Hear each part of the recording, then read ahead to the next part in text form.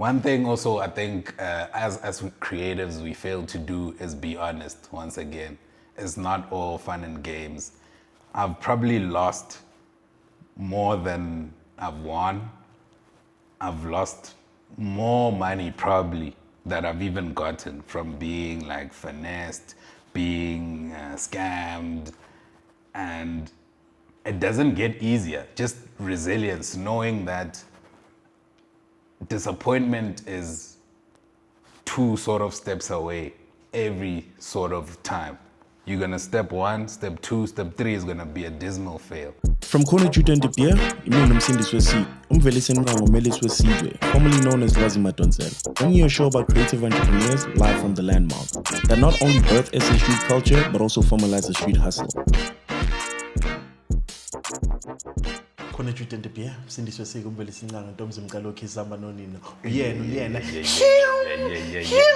Today I'm joined by him, the guy who molded the game, a designer, curator, cultural extraordinaire.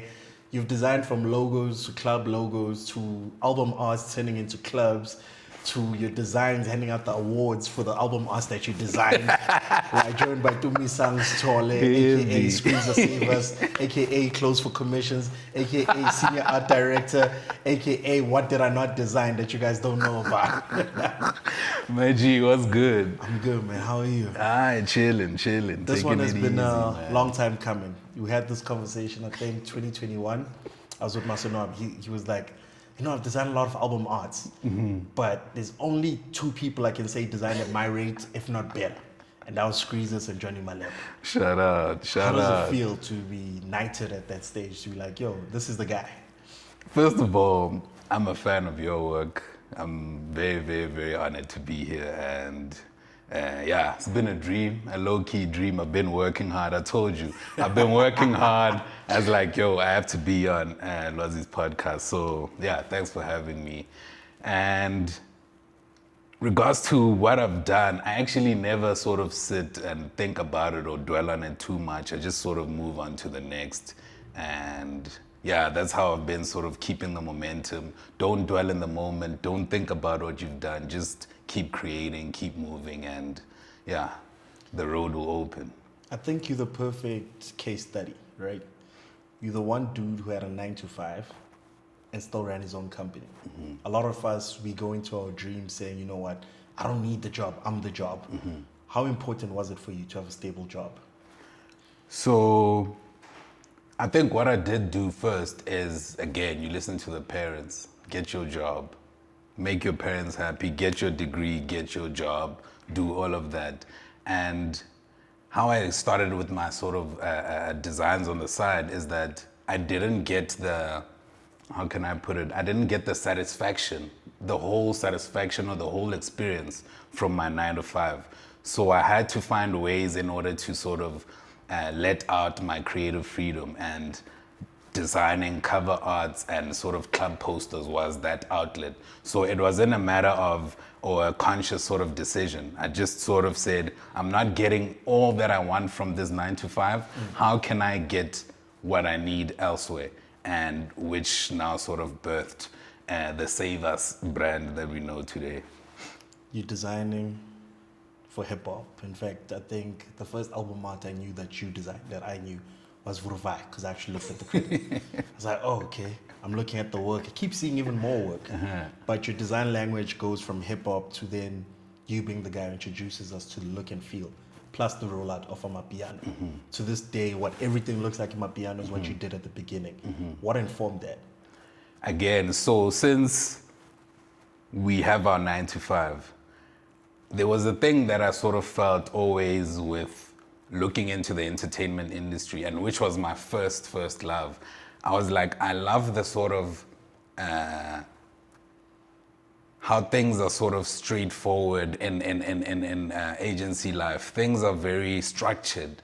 There's a way of doing things. There's a rollout of a campaign. There's a CI. There's sort of structures that are laid in place. And in entertainment, that wasn't there so much. So I was like, what if I do what I do at work in entertainment? How would that look like? What if not just giving you an album cover, I'm giving you a campaign rollout. I'm gonna give you a social banner, similar to when we're launching a campaign. I'm gonna give you a little TikTok sort of reel, similar to what we do in a campaign. So what I did is I just used what I learned at work in sort of my passion, and that sort of opened up a whole lot of opportunities. And even I think the people that I was working with could sort of see that, no, this is different here. And that's how now I sort of started getting more and more clients, because we're doing things differently. It felt more like sort of legit. And yeah, it was basically that the true goal was to legitimize the entertainment industry so we can go bar for bar with, again, advertisers and all that. So it was, yeah. You step into the entertainment game with an advertising background. How do you then balance the scope of work versus the budget they're willing to offer? Because I remember the first time I heard that some people were getting paid 500 Rand an album art. And for me, when I got in, because of all the information I knew, I said my first album art said 5K. And they said, yeah, sure, send the invoice. How did you balance those budgets where you're fighting this plight? This plight from 500 all the way to the amounts that you guys are getting in the ad world. I won't even lie.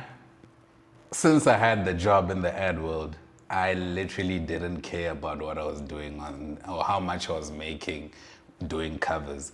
And I think that sort of opened up a lot of opportunities for me. And I literally, I'd say first 20 covers, gig guides, I didn't charge a cent.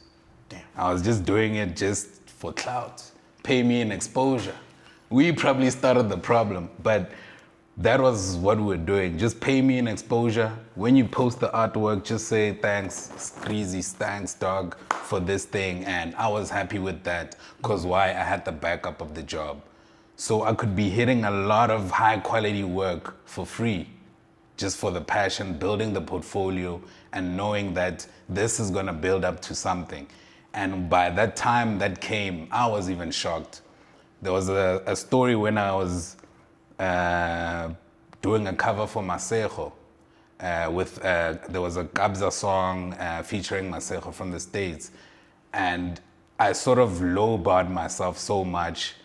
And when I sort of got the dollar sort of, what you call, the dollar amount, I was like, no, man. I need to sort of play in this league now, because now my price, SA to dollar, I think it was even like not even $100. So I was like, this doesn't make no sense. So that was the sort of moment where I woke up like, no, man, we here. Yeah. Let's act like we belong here and stop lowballing ourselves. We here now. We made it this far. Let's charge accordingly. So it was never about the money. The money came even as a shock to me, but yeah, it was never about the money. I just had to I had to just react to what was happening around me and charge accordingly, but it was never, and it should never be about the money. It's a hard thing to sort of grapple against, but once you do it for the money, like you're saying, you're going to run into a lot of problems in terms of getting disappointed when the money doesn't come, and then you feel like you're not worth it, or your work is not worth it. But once you just let money be aside and let it just be about the craft, when the money comes, it'll be too much for you to even handle. When did it get too much? It'll never be too much. But I'd say when you don't have time to spend that money because you're working too much, that I think is the bar of now it's too much. Let's have some leisure time here. Because you might make all this, but you don't have time to enjoy it or go out with friends. You're just always working. I think that is sort of the measure. It's not about I have 100 million, but once the balance is not there anymore, then it's sort of too much. You need to take your time.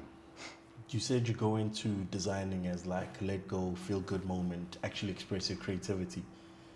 Do you feel like because you were designing for digital work, that your work is not as celebrated as, let's say, a producer?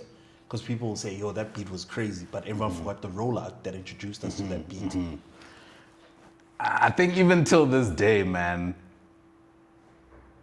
don't chase their attention. Like, you're not paid in attention. And that's also what we sort of fight, or as creatives, you wanna, the more attention I get is the more successful I am. But there's even a thing, there was an ongoing thing with me that I'm like a ghost. Skara is a ghost. You'll never see him. You'll never hear from him. You'll never know he even exists. Because I was not about, no, know my name, this and that. I didn't want that sort of credit. I was just happy and just honored to have a part to play in that whole rollout. So again, might sound crazy, might sound like this guy, no man, how do you go about that? But again, it'll all sort of make sense at the end. And it was never about the attention, and it should not be about the attention, because at the end of the day, you are servicing the artist. It's not about you. It was never about you. Even if it's a brand or a campaign, it's never about you personally. Someone is paying you to do a service to them, and they are the star of the show. So once you can separate yourself like that, it's you're gonna fly by, no problems at all, no creative blocks, because you sort of know your role. In knowing your role, you grow your work. You now do big political campaigns, country shifting political campaigns. Sometimes solo work, sometimes with the assist of others. How do you get yourself in that mindscape to say, yo, I'm shaping who the next president of South Africa is going to be through my work? So basically what you're referring to, while I was still in my previous agency, we worked on the Cyril campaign. So Cyril being president today, I worked on that sort of campaign, the rollout of that campaign, the look and feel of the whole campaign. So the mind shift, again, stays the same. Whether I'm designing an album cover for Maphorisa and Kabza, or I'm designing a political campaign for Cyril, still the same. I am at service to Cyril. Listen to what the campaign objectives are and bring those to life. Listen to the brief of Maphorisa, bring it to life. So again, it's easy when you're at the only service that you're doing is to that sort of artist or institution or brand. It is never about you. You're creating work. You design Piano Hub. Then it becomes a venue. You design Zanzu from scratch to be a venue. R.I.P. Zanzu. To be a venue. What's that like? What's the ROI for you as a creator? Or once again, you're just doing the job. Because now you're seeing your work in physical spaces. It's no longer, dope album art when I open my Spotify. It's in the physical. Now it's in the physical. People are experiencing it. It's not just a logo anymore. It's something we attach to a feeling. It's a moment in time. It's a sort of time capsule too. So I think also with there, again, once you in service to the craft, you've studied, you sort of have an addiction to the craft. And that's the thing that I've always sort of felt greatly with, that we need to be addicted to our work. And addiction is a very sort of intense thing. Addiction, you're doing this thing 4 times a day, every single day of your life. You live and breathe whatever that addiction is. And once you're sort of addicted to the process, you're addicted to creating. Whether we're in digital or we're in the real life space, we're doing a billboard, we're doing a venue, that dopamine is gonna still hit the same. Even though here, you can pass with your mom and say, Mama, I did that. Because that's the first time. It's like, yo, Mom, yeah, it's physical, look at it. I will always sort of relish these moments of seeing my work, even like digitally, physically, and the feeling is the same because, again, I'm addicted to every part of it. Even though things that you may not even see at the final thing, but I know I was involved in there. There's something that still sort of repays you. So I think, it's not a matter of physical is better, digital is not so great, because again, digital goes internationally. Digital goes where the physical can't go, and it does probably even more. And I'll even tell you a story of the Masejo cover, international thing with Maphorisa and Kabza. When the brief came for the album cover of that sort of song, Masejo actually said, yo, bro, I like the cover you did here. Can you please do something similar to that? If it was a physical CD sold in the shops and not digital, he would have never sort of gotten that. Yeah. And again, that's the sort of dopamine you get still like, oh, damn. A person I look up to saw my thing and liked it and wants me to replicate it for him. Digital does sort of what physical can't anymore. So again, both great things, but yeah. Where are you getting the dopamine release now? Because you said closed for commissions. Good question.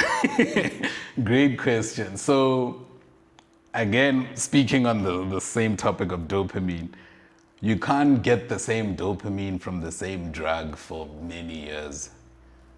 I had to sort of, I believe I've sort of done it all in that sort of field.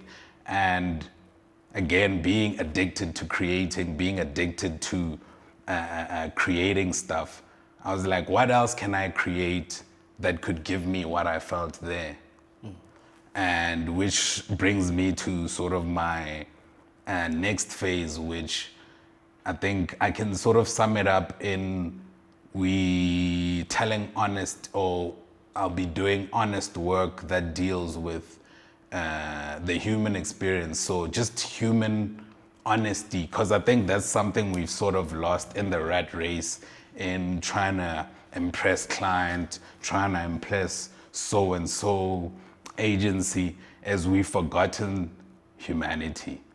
And I think once I can sort of do work that sort of inspires something, and we're working on something currently, once that sort of hits and I can sort of unleash that sort of, not in a sort of, wow, that looks cool, but more something you can think of and be like, wow, this makes me think, this makes me want to be better, or this makes me want to change my ways. I think that is sort of the next dopamine hit that I'm chasing after, because I've done all that. Oh, that's so cool. That's great. That's that. But we've lost the lessons of life, yeah. How do you feel about the design game right now? Because you've retired from that dopamine in that sense, that squeezes.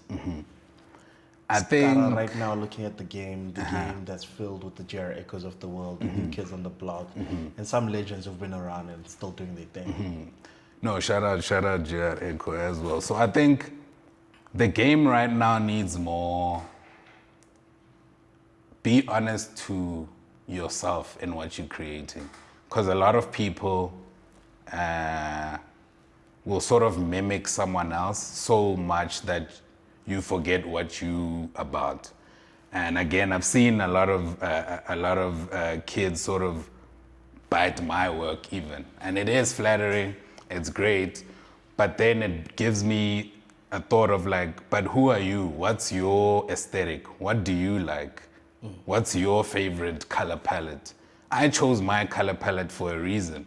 And then you bite that color palette. Why are you doing, what's your input? So I think the game is needing a whole lot of different people, because now we're sort of converging into one language. I've been at the game a while, and sometimes people will tag me on stuff and say, yo, Skreezy, this is fire.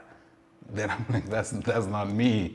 But because you've bit my DNA so much where it's not, you can't tell who's who anymore. So I think we need to just, again, step back. What do you like? What's your aesthetic? What sort of things do you like? And then try and create that for yourself. We saw recently that the Grammys are now handing out a Grammy for the album art, the art direction. Yeah. You had the privilege of redesigning the award show that we all grew up watching, which is the Summers. Would you come out of retirement if the Summers introduced that category? Ooh. I won't even lie. I've tried there was a time, it was probably a visionary thing that I was sort of going through. I tried entering, there's a cover art I did with Kid X for Thank the King, where we collaborated with Dr. Esther Mahlangu. At that moment, I felt like, no, man, guys, we need something to award this thing. And I tried sort of like try to enter that into Luri's or something. And there was a hunger at that point of like, yo, something is needed. And I think looking at it now, again, I'm honest to myself. And with that, I don't think I would come out of retirement solely for that. But it would be a great it's a great way to build the industry. But yeah, my story is sort of not linked to external factors. And I also sort of preach that don't be affected too much with external factors, because that's what will sort of lead you astray. I would drop a cover here and there, but not because of the awards, because of, again, my journey. The journey of that has sort of come to its close. You don't want to be that old man still playing soccer or the old man still rapping when like your time is chai. Yeah. So again, I can sort of consult or something. But yeah. Must put you on the judging panel. Yeah, we could judge, we'll judge and have sort of, workshops. How does it feel we used to watch the summers? Our favorite songs were at the summers. Mm-hmm. We grew up saying, if I could make music, I'd be at the summers. Yeah. And then the summers call you and they say, yo, repack this thing for the do this. It was actually crazy. Because also I'd say high school, I was a rapper, high school. And I was like, yo, gotta win the summer. So it's always been somewhere in the ether of a goal of mine. And having to work on the summer's sort of look and feel or design aesthetic in my sort of 9 to 5, as we may call it, was a sign that there's no one way to reach a goal. You can reach wherever goal that you're going to reach. There's other ways of reaching that.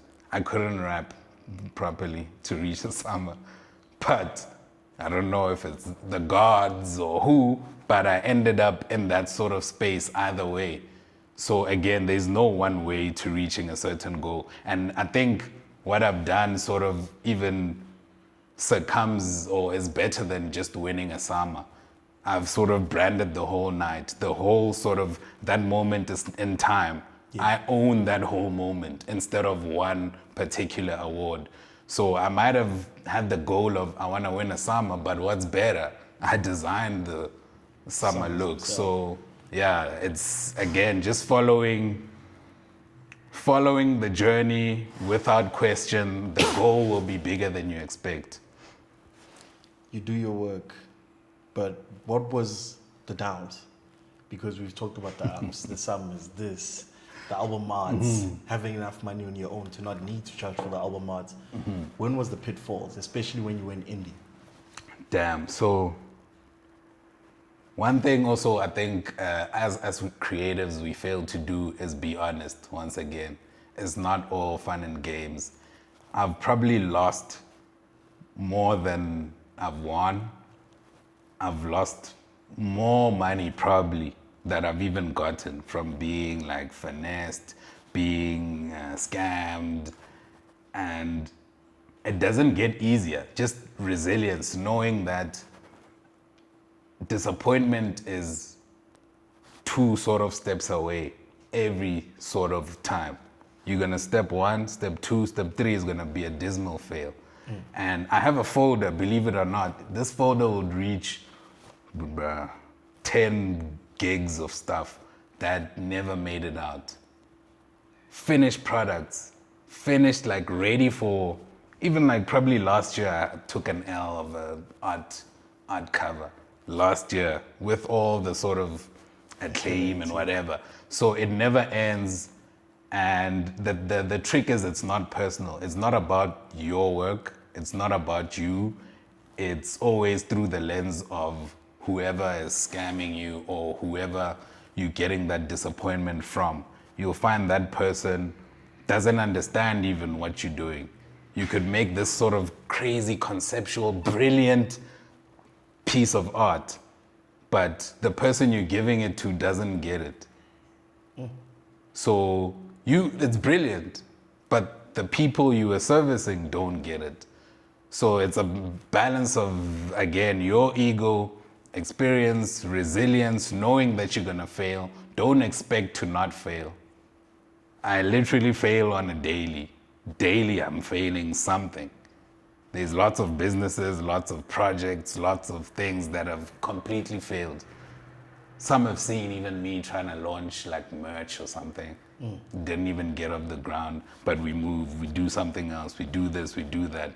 So one thing is expect failure, but that failure is not about what you did or, it says nothing about you, but rather your audience. You didn't service your audience accordingly. You do all this work, you go through the ups and downs. What actually inspires you now? Because you've tested yourself in the ad space. You've proven you're a senior right now. You've tested yourself independently. You've proven you paid your bills. You created your savings. You ran your company. You partnered to try to build other companies. What keeps you going at this stage of the game? Also, amazing question. And that's a hard question for a lot of people. But once, again, your journey is your journey. Only you know what is there for you. And at any age, you know that. So there was a time when I did go indie. There was a time I was frustrated at work saying, I'm creating all this work that's telling people, fetch your dreams, go after what you want, do this. That's what I'm doing at work. And then I was like, no, man, that doesn't feel like what I'm currently experiencing. I went home, went through my stuff back at home. I found a letter from grade 7 me saying, was it even grade 7? Yeah, primary school letter saying, it was just like, it was like an autobiography sort of thing, saying a lot of stuff. And the thing that stuck to me was, I said, I want to be an artist that makes things that make people feel happy.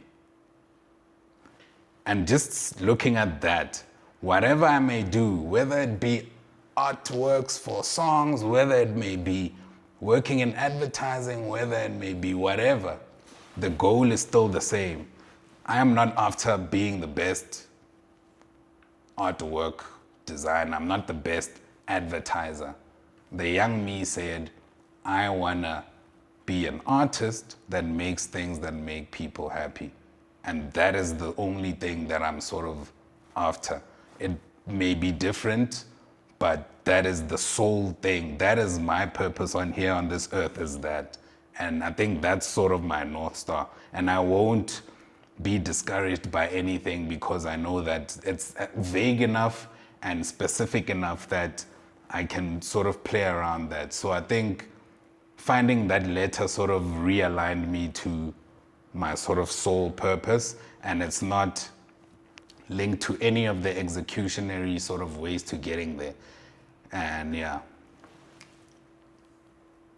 We're deep enough in the interview to ask this. How did you manage creating in the world of kickbacks?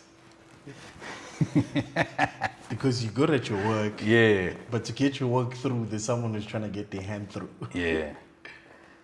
I think that one is a tricky one, because also I can't also claim the high ground and be like, yo, don't kick back. I've probably also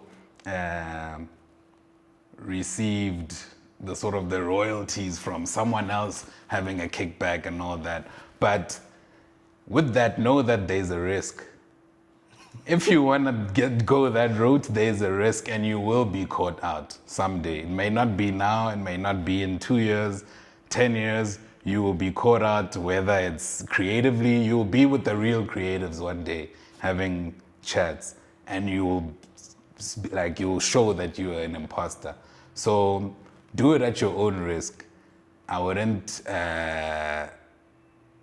say don't or do it, but do it at your own risk. And I think how I've sort of survived that environment is, again, just locking in into what I'm good at, what I can control.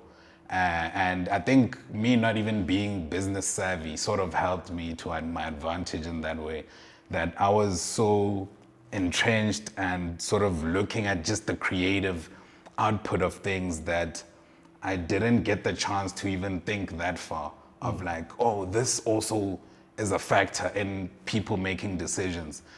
I was naive enough to believe that brilliant work will get you everywhere. And I think that naivety is what sort of, got me to where I am.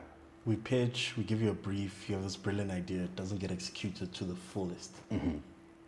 How do you deal with that? Because hypothetical in a hypothetical world, you saw the Scorpion Kings tour back when you were designing the first album art. And now to see it happen now, how does it feel? So with that, and again, it'll never be as you imagine, whatever it is. So again, don't sort of pressure yourself into this must be like perfectionism. I think it's a matter of even like an example of what we working on now at work, at the agency I'm at, is that you start a project, you get the brief. From that point, you need to sort of, again, solve the brief. My sort of strategy, start from an honest place, the human truth. What is the human truth that will get you to making the creative? Cool, we get the human truth. The human truth will be the strongest anchor point. We move on to the creative, we do the creative. The creative might not even work out, but we go back to the human truth. If you, at the end of the day, solved what you wanted for this sort of truth, you've sort of done your job. And with things of like the Scorpion Kings, the rollout and all that, I had my own sort of vision of it, what I thought things would sort of play out as. It play out probably even better. You can't control the outcome of your work. All you need to do is control what you can and let the world do the rest, because you can't oversee and control everything. You can't control what people say about it. You can't control what happens on the day. You can't control anything. So control what you can, let the rest sort of play out, and you'll respond as things go on. Because again, if you steadfast with something and it doesn't go your way, it could derail everything. So just control what you can, move with the punches, yeah. How do you know you're done with every chapter? Because you seem very adamant with everything. Like there's a time for everything. Yeah. How do you measure your time frames? Because a lot of us keep finding ourselves doing the same thing purely because we know we can do it. Like if I know if I do this, I'm gonna get 2K. I will do this all the time till I die. Until it's a very hard thing that needs a lot of introspection, because I quit at the top, or when I feel like I've done everything I can here, I'm out. It's a hard thing. People always would ask, why would you do that? You were like, you were the guy. But I get bored. I'm addicted to this thing of creation. So once I've been doing one thing and I'm bored and it's easy now. There's no challenge. Once there's no challenge anymore, I think that's a time to build. You can't remain in one sort of area. Once you feel there's no challenge, you go up. I'll even make an analogy of gym. You can't keep gymming with the same weights forever. You're not gonna get those gains. Once you feel like this weight is now easy for you, you add more. You gym, this is easy, you add more. So I think that's when you know that, okay, now time's to move. Time to move. And then, that's how literally step by step. I might not know where I'll end up, but just once I'm comfortable, keep moving. Once you're comfortable, keep moving. And things will sort of play out perfectly for you. What's your word to the youth? You had to sip for this one. My word to the youth is start from an honest place. Whatever it is that you do, start from an honest place, and everything else will fall in place. Because once you start from this honest place, no one else has gone through what you've gone through. No one else has heard your story. No one else has seen your perspective on things. And it's interesting to see new sort of point of views. So once you keep copying, getting inspiration and copying and not sort of doing your own thing, you will dilute who you are as a person. So I think start from an honest place, remain in that honest place, and literally everything will just fall into place perfectly without you even needing to lift a finger. Things will just go your way if you start from an honest place. You do what you love, you create what you like. People are creating things they don't like in order to appease the algorithm. Create what you like. You're going to get those hardcore fans that appreciate it. And I think that's one thing also I've learned from myself is there was never a time where I'd had to advertise myself as a sort of service provider. I just did what I liked, did what I thought looked cool, and everything fell into place. So create from an honest place. Tumisang Sithole, Squeeze Savers, Danko. Putskara. Thank you so much for this one. Thank you, my It's a G. special one.